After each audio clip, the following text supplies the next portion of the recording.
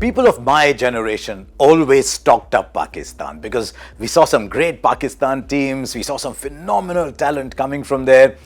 Till the late 80s, 90s, India often lost to Pakistan, so you wondered there's always somebody there. So we've always stocked up Pakistan a little bit. And so I tend to watch Pakistan a little more closely than I do other teams.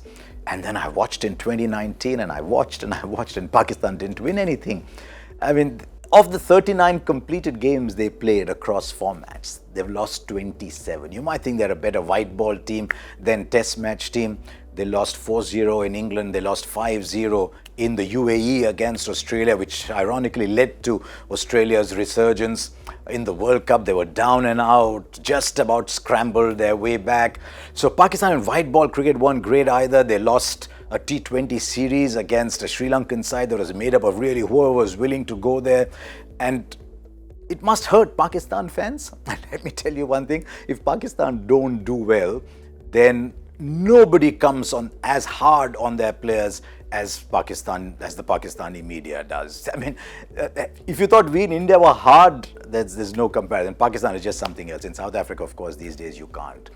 So what's going wrong with Pakistan? You look at the series in Australia, look at the series in South Africa as well, 3-0, 2-0. At the heart of any good team is an opening combination. Saeed Anwar and Amir Sohail, good opening combination. Whenever they've had good opening combinations, they've looked good. And yet in recent times, they've had Fakhar Zamani looked a good player. He can't seem to find his place. Imamul Haq is here, there, not there. Now Shan Masood is in. They tried moving Azhar Ali from 3 up to opening the batting. None of that is working. So if your foundation is shaky, then you don't have much to play with. Then see what happens after these shaky openers. They had Misbah and they had Yunus. I remember writing once that Misbah was Pakistan's perpetual 10 for 3 man. But around Misbah and Yunus, they had two very good support players on either side, Azhar Ali and Asad Shafiq. Now sometimes when the leaders move away, it's time for the next lot to come up. And so Pakistan would have thought Azhar Ali and Asad Shafiq would come through. Look at their numbers in the last 2 or 3 years. Azhar Ali's had terrible numbers, so maybe wasn't ready to move up to open the batting.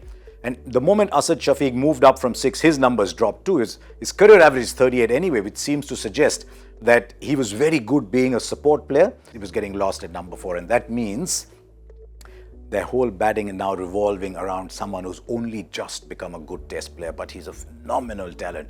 Babar Azam is going to be one of Pakistan's greats if they handle him well, but it's now already at such a young age seeming to revolve around Babar Azam. I don't know why, maybe they don't play enough first-class cricket. It's very easy from afar to give solutions, so I'm not even going to go down that path. But we always thought, it doesn't matter about the batting. Pakistan will always find bowlers. And yet, look at the number of bowlers they've used in recent times. I mean, a lot of them are left-handers for a start. But just look, Muhammad Amir, Wahab Riaz, Junaid Khan, Irfan Khan, Muhammad Irfan rather, they had Ruman Rais, they had Fahim Ashraf, they had Hassan Ali, Sohail Khan, Usman Shinwari, now Shaheen Afridi, so many bowlers, they just keep coming and going. And every time you look at Pakistan, you see a flower. And yet next day there's a different flower. And following day there's another flower. It's almost like they bloom only for a day and go away because there's always a new bowler coming in and you get the feeling Pakistan are always playing tomorrow's bowlers, not today's. They've already lost Muhammad Amir. I think they've lost Wahab Riaz as well. They won't miss it too much. They've lost Junaid Khan. So Pakistan are starting to lose players, and so every time they've got these young bowlers and you say, wow, the Shaheen Afridi looks good and he is a seriously good bowler. Then you see young bowlers like Naseem Shah and the others coming, but you don't know if they're going to be around 2 or 3 years from now. And so that has been Pakistan's issue. I've asked a couple of people, why are Pakistan losing so many players? And 2 reasons came in. One is absence of enough first-class cricket. I'm happy to see there's a whole new first-class structure that's now put in place, but they just bowl too much. They just bowl and apparently they bowl themselves into the dust. And I don't know if this is an issue, so you must pardon me if I'm wrong, but I'm not sure if fitness is as big a factor. Look what's happened in India, for example.